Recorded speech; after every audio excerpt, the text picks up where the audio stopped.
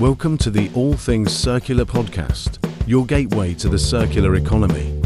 Hosted by industry experts Vic D'Arcy and Rich Bolger. Every episode is proof that circularity isn't just good for the planet. It's a smart business decision. Our mission is simple: to empower, to inform, and to show you how to make the circular economy work for you. Hello and welcome to the latest episode of All Things Circular. I'm Victoria D'Arcy and today I'm flying solo with a new friend that I made via the power of networking. Brandi Susewitz, the founder of ReSeat ID. We are very passionate people about the circular economy, and Brandi's been helping me understand circularity in office furniture. So, Brandi, welcome to the podcast, and please introduce yourself. Tell us a little bit about you and a little bit about ReSeat. Yeah, thank you for having me on the podcast. So, where do I start? Well, I've been in the furniture industry for going on 30 years. And started in customer service when I was just 19. I was a young mother, and so I needed a way to support myself and my child. And had a connection in the furniture world and found out that they were hiring customer service people. So I did that for a little while, and then I went into project management. Then I went into sales, new business development. And then I actually led a sales team for a few years, and just really noticed the problem with office furniture waste, and it was really something that bothered me a lot. Yeah, so even before we're talking about circularity, you could see the problem. Oh yeah. I mean, every 7 to 10 years, a client would call me after we had sold them and installed the furniture, and would reach back out to me to say, hey, we're moving. What do we do with this furniture? And had they written it off? Were they not seeing this and viewing this as an asset? Or were they, very much of the mindset, well, we've had that for, 5-10 years, that's depreciated, just out of sight, out of mind?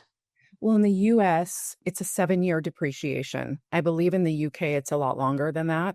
Right.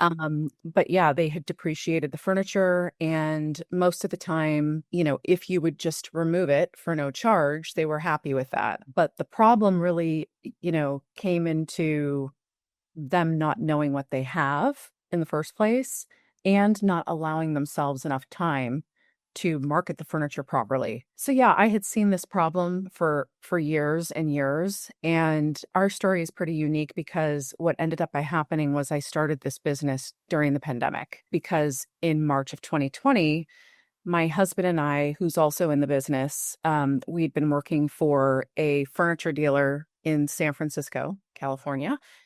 And immediately we received a 50% pay cut. Wow. And I had all kinds of time on my hand. And so I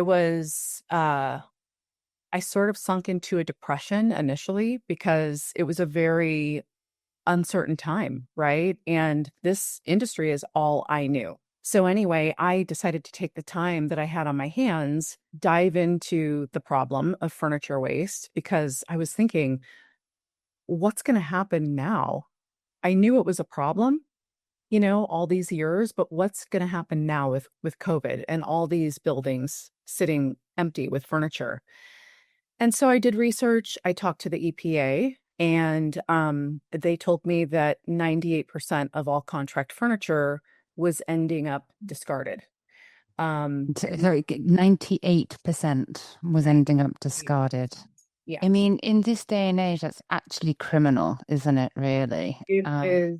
It's mind-blowing. It really is mind-blowing, because most of this furniture is less than 10 years old, because most leases last between 5 and 7 years.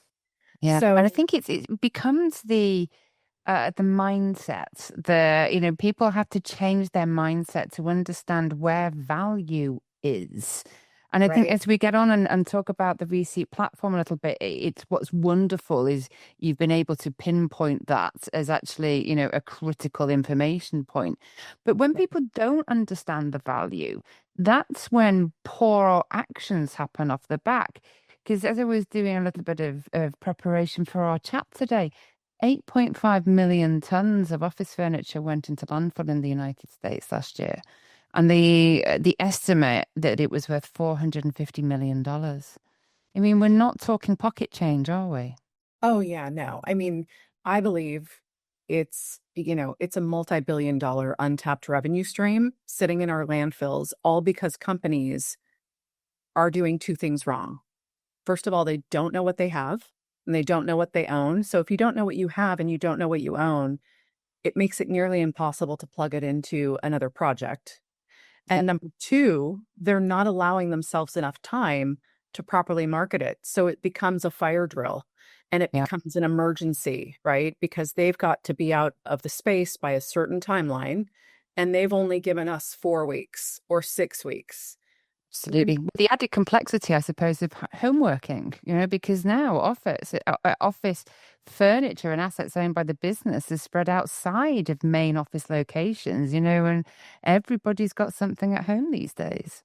Yeah, no, exactly. So originally, what I was thinking when I did the research and found out really the truth behind the waste and how massive it is, my first initial plan and thinking was maybe we need a circular marketplace, something like, similar to a Cherish or a First Dibs, but focused on commercial furniture.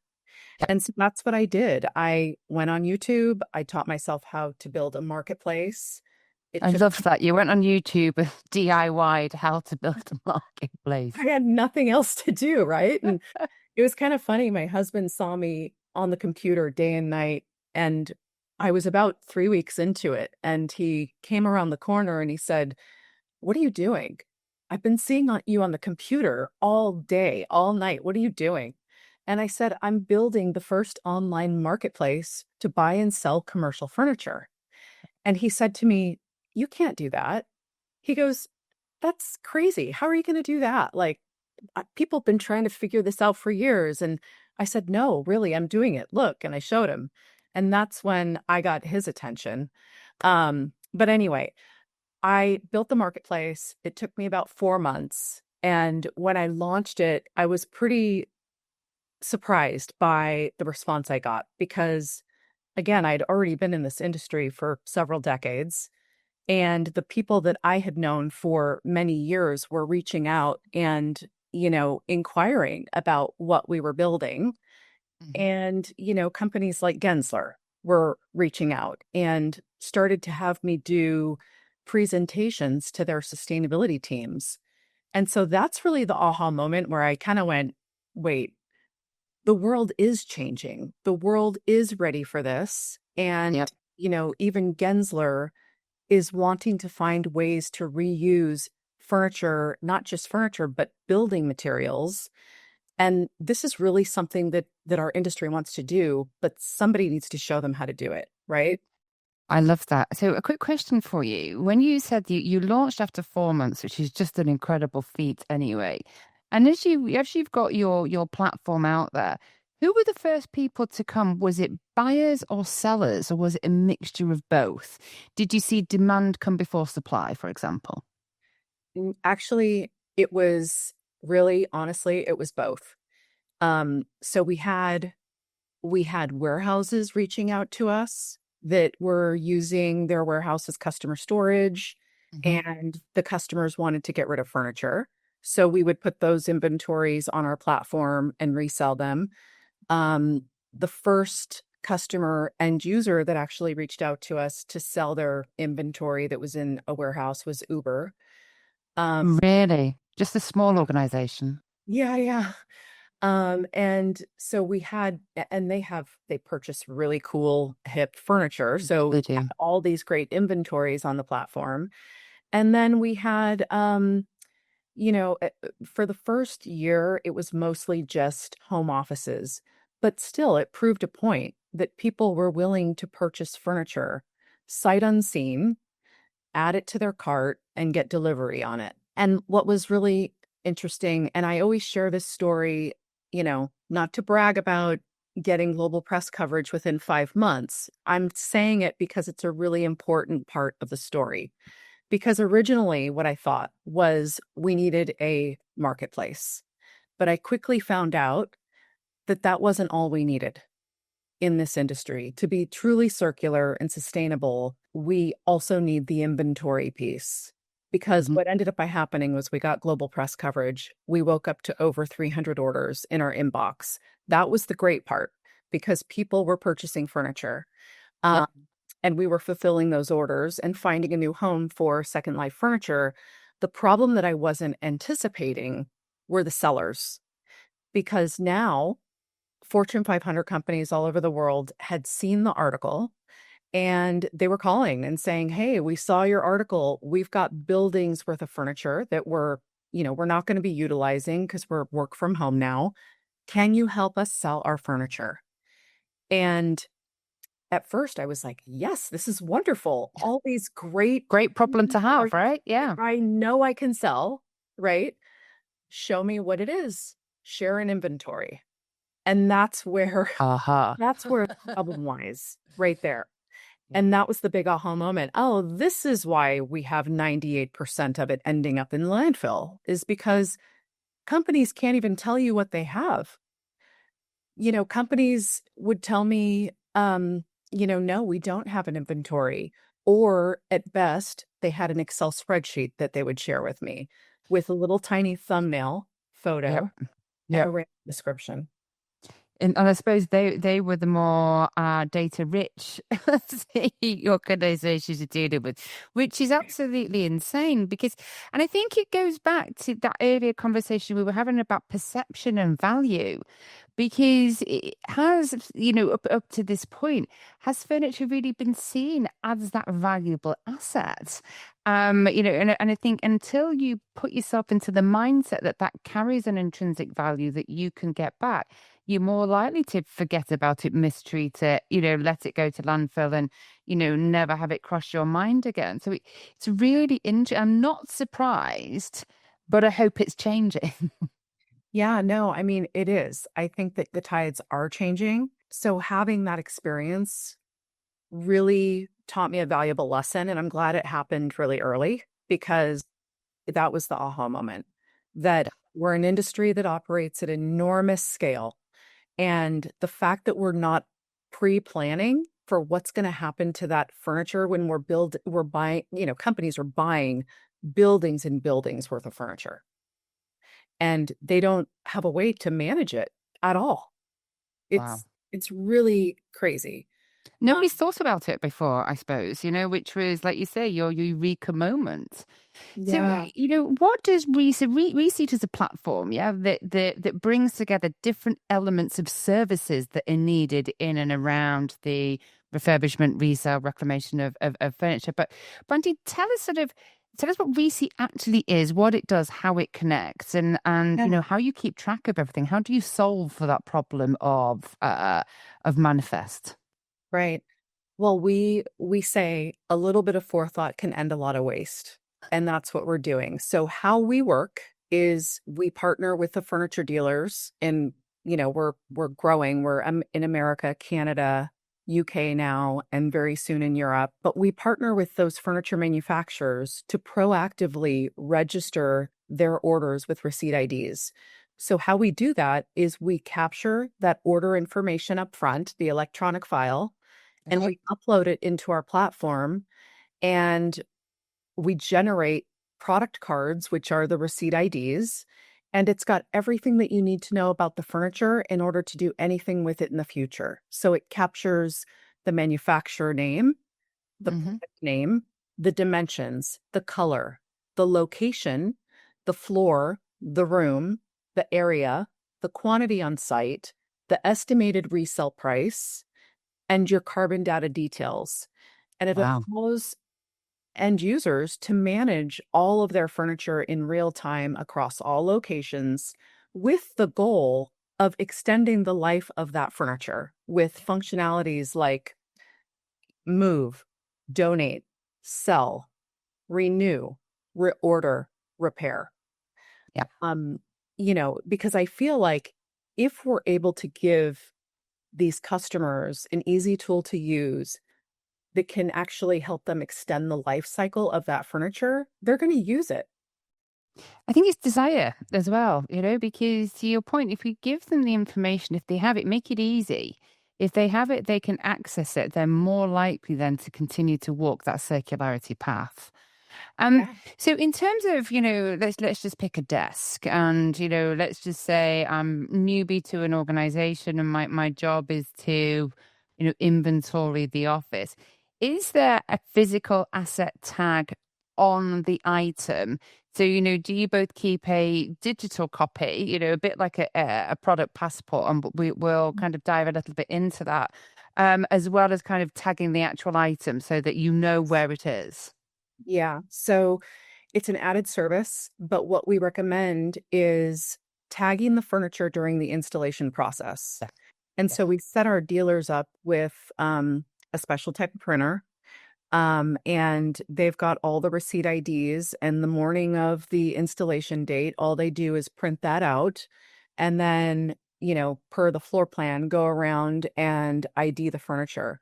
So this is a really cool kind of functionality that we have. And I'll give you an example of how the QR code and the tagging of the furniture can help prolong the life cycle of an item. Let's just say you're the facility manager of an organization and you've got a campus. And within a campus, you've got dozens of different conference rooms. Let's say you're in a conference room, one of 30, right? And you're sitting there and you look to the right and you see that the arm caps on the conference chair is broken.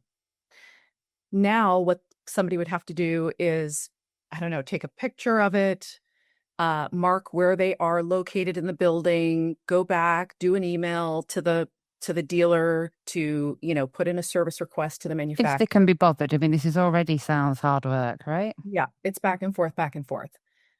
This way, the facility manager can just flip the chair over, scan the chair, click repair, and that service request goes automatically, and he doesn't have to really think about it at all after that. Oh, great. He just sends the request, and then the dealer and the manufacturer done, right? to get it done.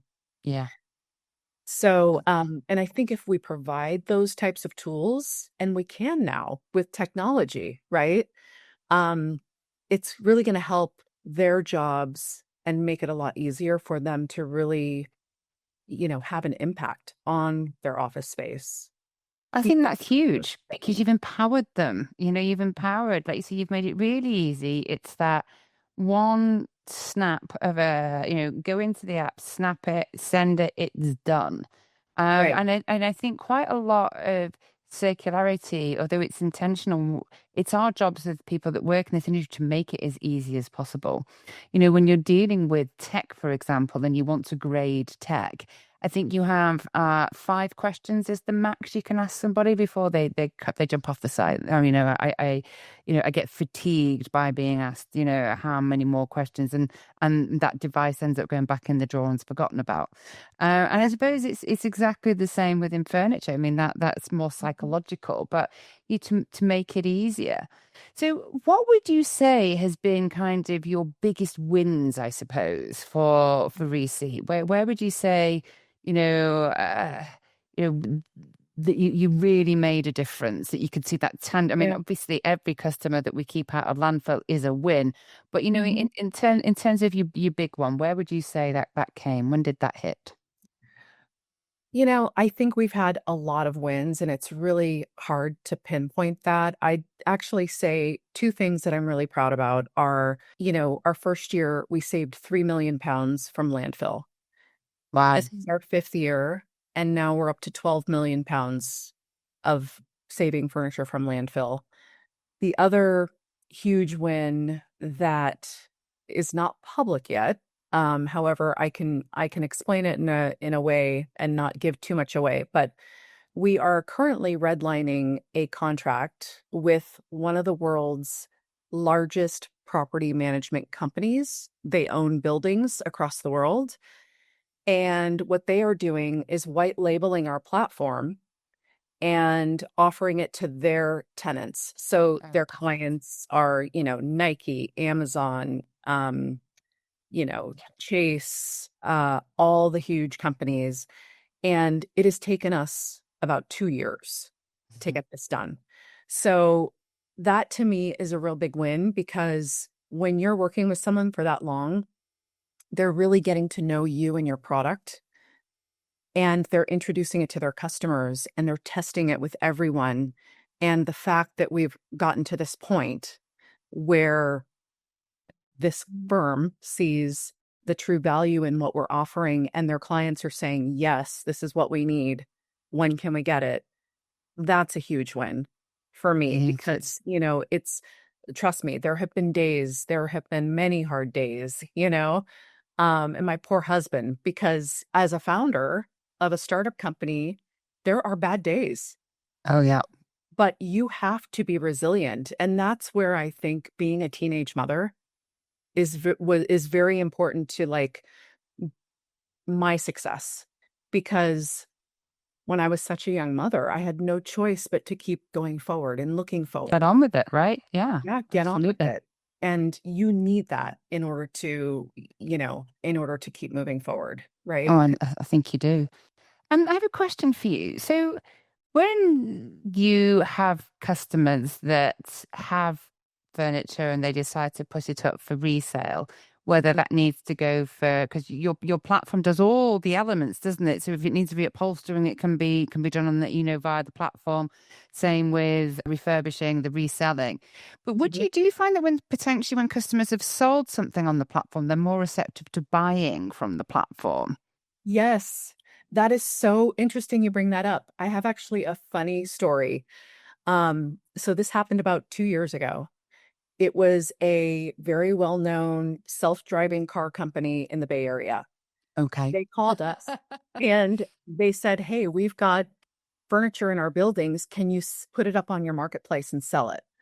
So we went out there, we did the inventory, we put it up on the marketplace for sale. But this customer also was buying things off the site because she also needed furniture. And do you know that she ended up by putting her items in her cart?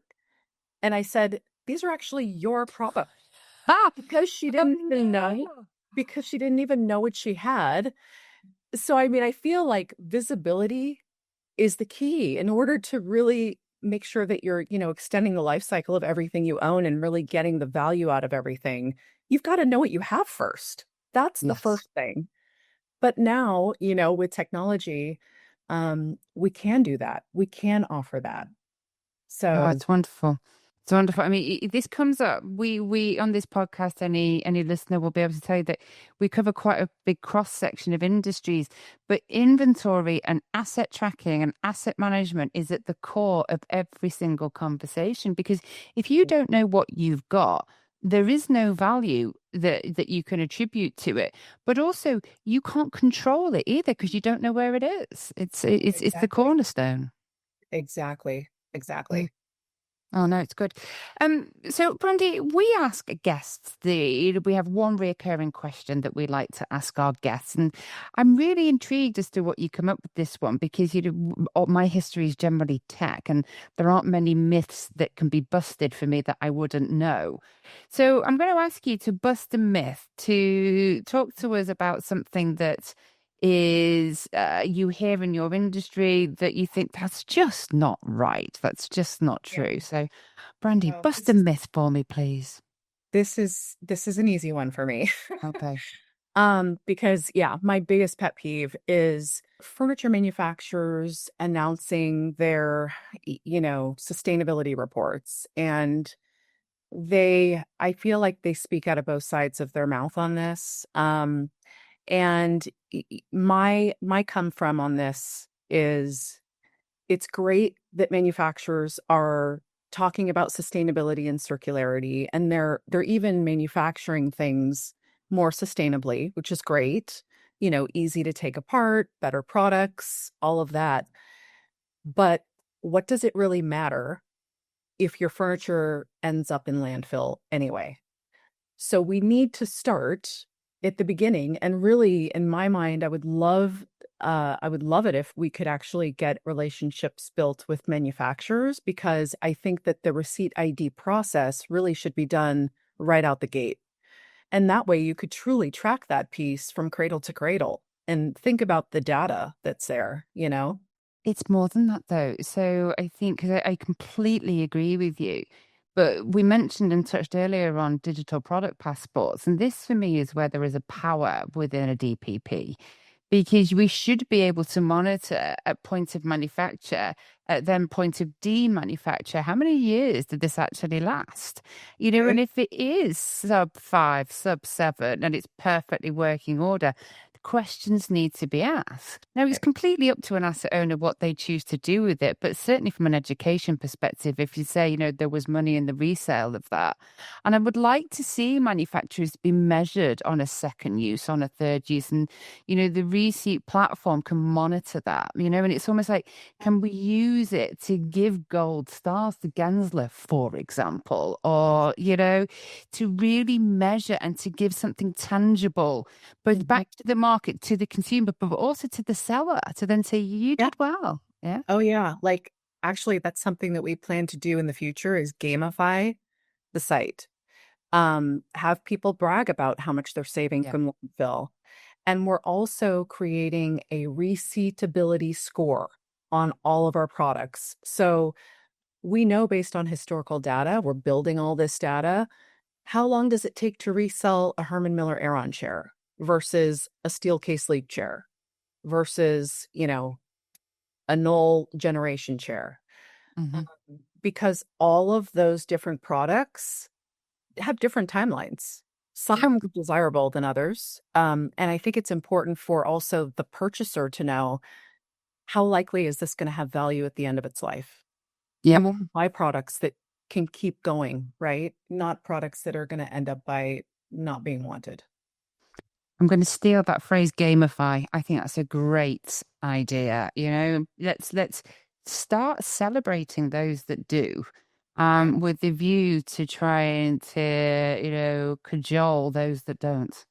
Yeah, yeah. And we all have a piece in it all to create a circular world. And if we're actually rewarding people by gamifying and, maybe kind of seeing where we can do better, it might help the process too and get people excited about it. Well, I mean, let's face it, we're in an overconsumption society. We are mining for things that we don't need to be mining for. We shouldn't be, because we should be reusing. I agree with you. I think circularity really begins now to be a headline topic, and it's across all sectors. And I hadn't realized until you and I connected, Brandy, just how critical and how big office furniture is. In fact, furniture in general. Because you just don't think about it. You walk past those chairs in reception, right? You expect there to be a chair by your desk. You don't think Mhm. about it other than when you're using it. Oh, yeah, absolutely. Yeah. Yeah, it's interesting. Well, Brandy, thank you so much for joining us today. It's been fabulous to connect. I'm sorry I missed you in Yeah. London, but next Oh, time you're no. over, we'll have to make sure we meet. Yeah, no, that's okay. I think we're going to be coming back soon, actually. But yeah, this was great. It was a lot of fun Well, connecting. before you go, if our listeners have been sort of inspired to do inventories and to really start to understand value in their office furniture assets, where do we find you? Where do we find ReSeat? How do we get in contact? Yeah, you can go to the website. You can contact us through email. We're very fast to respond. And then I believe most of your listeners are located in the UK. So we Oh, do. all over, actually. We have global reach. Okay, cool. So we're kind of growing organically. So, if you're outside of the area, even though we're currently only operating in the United States, Canada, and UK, we'd be more than happy to speak and help whoever is interested in learning more. Oh, it's wonderful. Well, for those that are interested, ReSeat ID, it is asset tracking and a circular marketplace for office furniture, and it's a phenomenal platform. So, Brandi, I wish you all the best with it, and please come back on and tell us about the all the new developments as and when they happen. Oh, I'd be glad to. Thank you. Wonderful. Well, have a good day, everybody, and thank you for listening. Thanks for tuning in. Please head over to allthingscircular.com to learn more.